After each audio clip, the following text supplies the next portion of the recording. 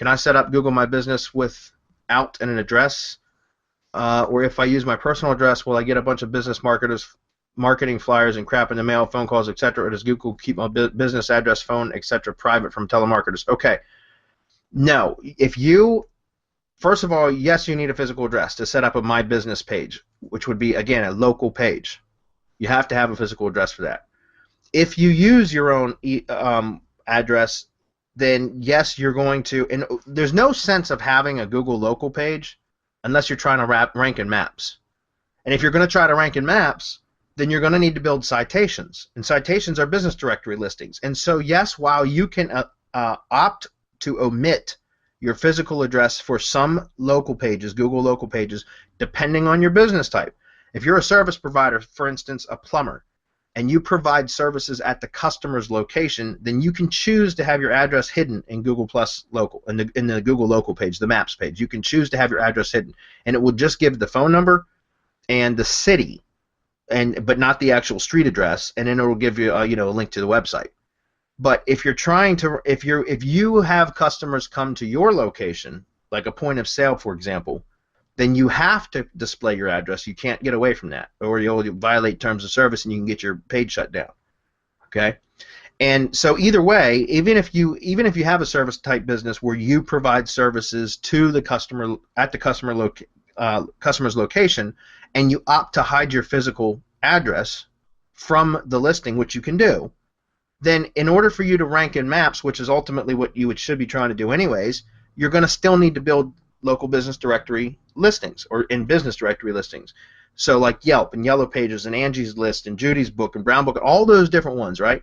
And most of those are not going to give you the option to omit your address, your physical location. So your information is going to be public on the web anyways, right? And yes, by the way, anytime you create a local listing and you start to build citations, you will get hammered with sales calls from the business directories trying to upsell you on advertising services. There is no way around it, and Yelp is the worst of the bunch. Yelp is absolutely relentless. They will call you and call you and call you until you're ready to pull your hair out. Unfortunately, it is that way, and for that, I can't stand Yelp, but it's kind of a necessary evil. All right.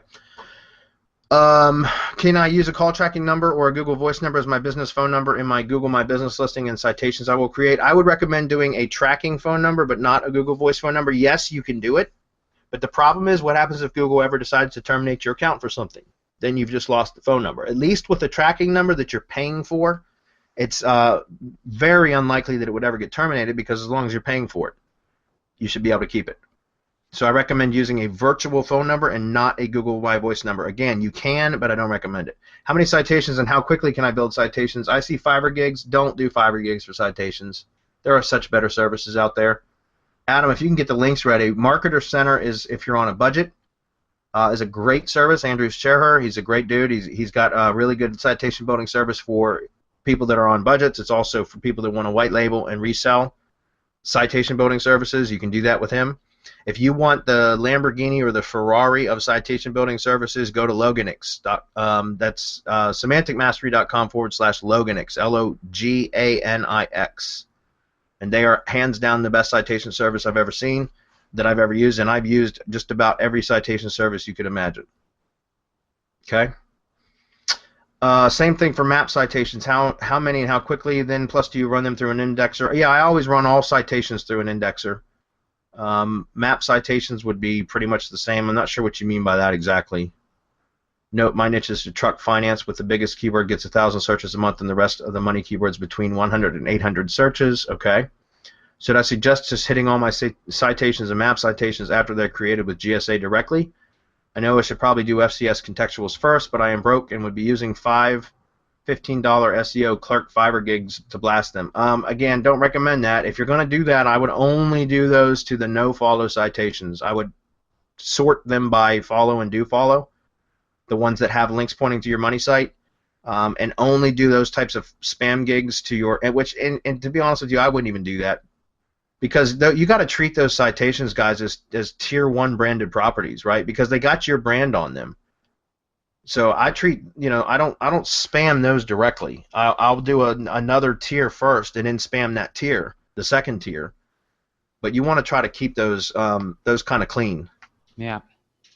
Yeah, we talked a little bit about this. I mean, regarding contextual links, building contextuals, and then going with spam, whatever spam tool you're using. But yeah, keeping them clean because you do not want to burn them. Because the minute you burn them, you're burning. It's kind of, you're pretty damn near your money side.